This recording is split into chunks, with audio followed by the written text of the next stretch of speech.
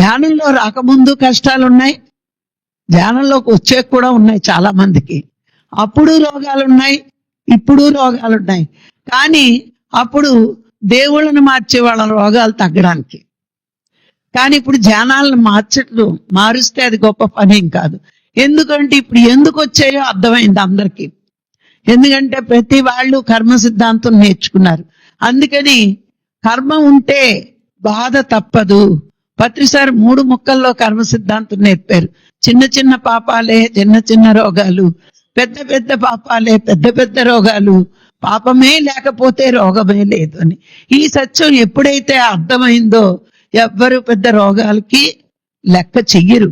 కానీ ఇక్కడ విచిత్రం ఏంటి అంటే, రాఘరావు గారు దగ్గరికి వచ్చిన వాళ్ళు రోగం గురించి కానీ, సమస్య గురించి కానీ, బాధల గురించి కానీ, దుఃఖం గురించి కానీ మాట్లాడరు. మాట్లాడనివ్వం కూడా.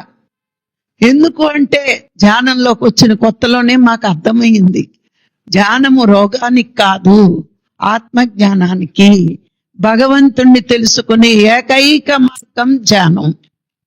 ఇది మనం తెలుసుకుంటే దానికి తప్పించి దేనికి వాడం ధ్యానం. మరి 20 సంవత్సరాలు 2002లో పరిచయమైన మాకే ధ్యానం ఈ రోజు వరకు మేము ఆత్మజ్ఞానానికే ఉపయోగించాం, కానీ అదే బోధించాం. కానీ ధ్యానంలో నీకు రోగాలు తగ్గుతాయని, మరి బాధలు పోతాయని, ఇదని అదని ఎప్పుడు నేను చెప్పను. ఎందుకంటే నేను చదివిన ఉపనిషత్తులు కానీ, వేదాలు కానీ, ధ్యానం ఎప్పుడు ఆరోగ్యమని ఏ ఉపనిషత్తు రాయలేదు. భగవంతుణ్ణి తెలుసుకోవాలి అంటే, చేరుకోవాలి అంటే, నువ్వెవరో తెలుసుకోవాలంటే, నువ్వెక్కడి నుంచి వచ్చావో తెలుసుకోవాలంటే, ఎక్కడికి చేరాలి అంటే ఇదంతా ధ్యానం వల్లే సాధ్యం. ఇది నేను తెలుసుకున్నాక అదే బోధించడం మొదలు పెట్టాం.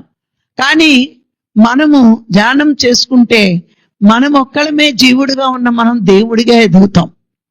కానీ ఇది 10 మందికి బోధిస్తే వాళ్ళు కూడా తానెవరో తెలుసుకుంటారు, తాను ఎందుకు వచ్చారో తెలుసుకుంటారు, ఎక్కడికి వెళ్ళాలో తెలుసుకుంటారు.